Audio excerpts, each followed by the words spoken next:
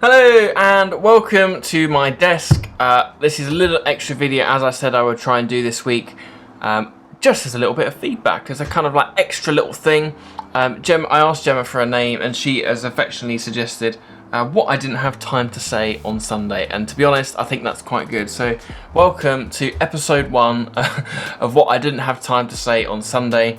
Believe it or not, although I did talk for a long time on Sunday, I cut a lot out. And so part of this is going to be each week.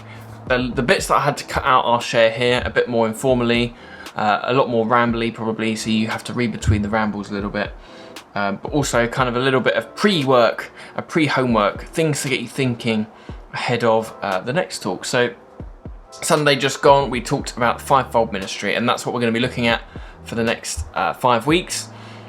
We had just had the summary, so I just shared a bit about what the fivefold ministry is, kind of how it works. You know, we looked at the pentagons, with the base being your default and everything you do kind of being through that lens. And so just to kind of like, yeah, to have a little bit of a think about that. And so this week as a reflection is kind of easy. There's already been a lot of discussion on the Facebook group, which is really good.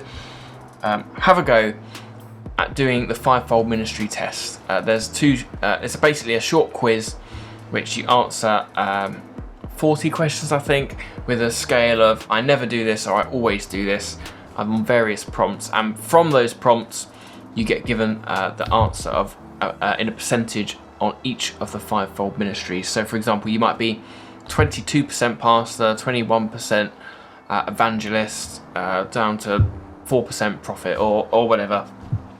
Have a go at doing the test and see. I think it's been really helpful for some people already, perhaps as a complete surprise or a shock as to what the answers came out with. And I'll just mention again that it is only a guide, this test. It can get things wrong, and but sometimes actually it is really helpful. Sometimes you don't realise that you're definitely definitely something that you didn't think you were. Yeah, so have a go at doing that test. I'll put a link here or something, or a QR code or something or other. I'll put something somewhere, and if not, it's in the church group for those of you on the private group.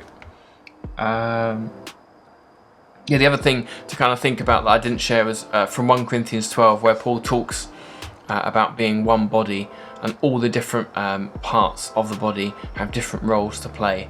And so this is kind of where Paul is talking, where Paul is going with the fivefold ministry too, that these are each different roles, different gifts that that Jesus has given us, and so we play our part. But we are not all apostles. We are not all apostles. We are not all prophets, and so on. So we need each one of those roles, and then within that, if we are gifted as a prophet or an evangelist or a pastor, then we need to be using those gifts that God has given us. And so that is another thing to think about this week. Are you using the gifts that God has given you, whether human or otherwise, for the benefit and the building up of his church? And I'll share my blunt and direct challenge again, because I think it is really important that if you want to see God's kingdom come, if you want to see his will be done, if you are passionate about seeing this city, our church, the global church, be transformed by Jesus, then doing nothing is not an option. We have to play our part.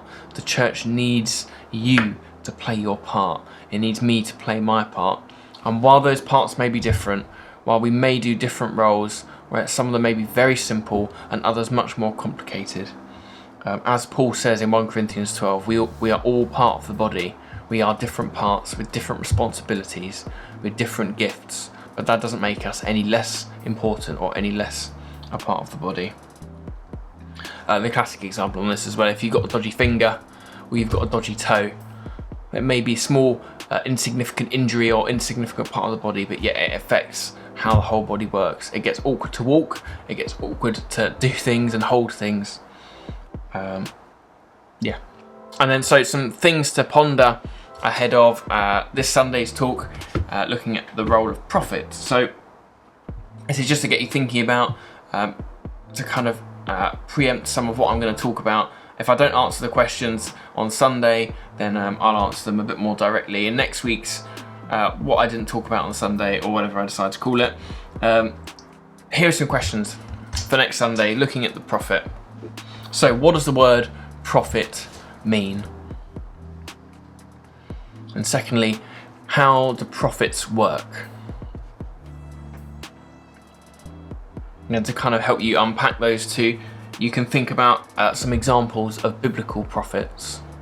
There's the obvious ones in the Bible, in the Old Testament, in the books of the prophets, but have a look outside of that as well. In the New Testament, I think it's quite helpful to look at the likes of Anna and Simeon from Luke chapter 2, as they are both called prophets. Number 4, what sort of job might a prophet have in the secular world? Or perhaps an easier way of asking that question, outside of church, where might a prophet's skill set be used? And then lastly, what is the communal need for prophets, or why does the church need prophets? Those are some things to think about. I hope you enjoyed my never-ending ramblings, and we'll see where these go, I guess. So there you go. What I didn't have time for to say on Sunday, episode 1. Have a lovely week, and I'll see you as we talk about prophets this coming Sunday. See you later.